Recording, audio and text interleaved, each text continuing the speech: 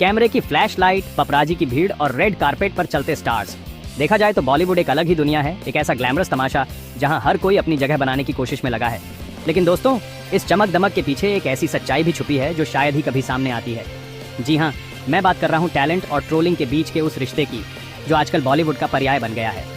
कुछ लोग बिना टैलेंट के भी फेमस हो जाते हैं और फिर जनता उन्हें ट्रोल करती है, गालियां देती है, बुरा भला कहती है, लेकिन फिर भी ये सितारे लाइमलाइट में बने रहते हैं।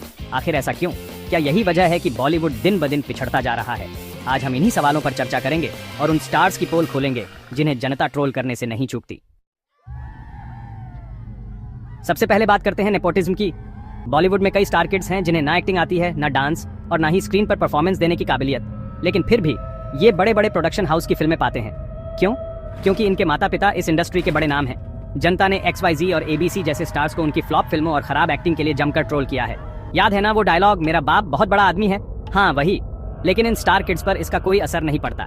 ये हर साल किसी न किसी बड़े बैनर की फिल्म में दिख ही जाते हैं, क्योंकि सच्चाई ये है कि बॉलीवुड में टैलेंट से ज्यादा कौन किसका बेटा या बेटी है मायने रखता है। नेपोटिज्म ने बॉलीवुड से असली टैलेंट छीन लिया है और इसकी वजह से कई टैलेंटेड एक्टर्स को मौका नहीं मिल पाता और हम बेचारे दर्शक बस यही सब देखने को मजबूर हैं।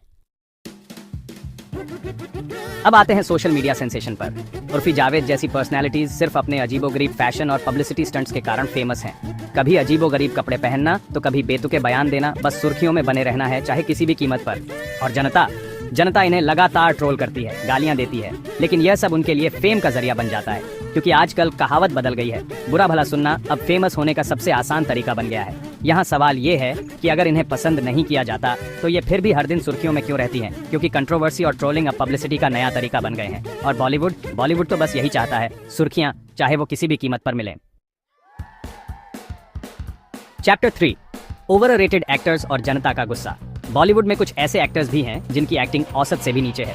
एक्सप्रेशन की कमी, डायलॉग डिलीवरी में अजीब सा बनावटीपन, देखकर ऐसा लगता है जैसे एक्टिंग की किताब खोली ही ना हो, लेकिन फिर भी इन्हें बार बार बड़े बजट की फिल्में मिलती हैं। क्यों? क्योंकि इनके पीछे बड़े बैनर्स और पावरफुल लोगों का हाथ होता है। जनता इन्हें हर बार उनकी खराब परफॉर्मेंस के लिए ट्रोल करती है।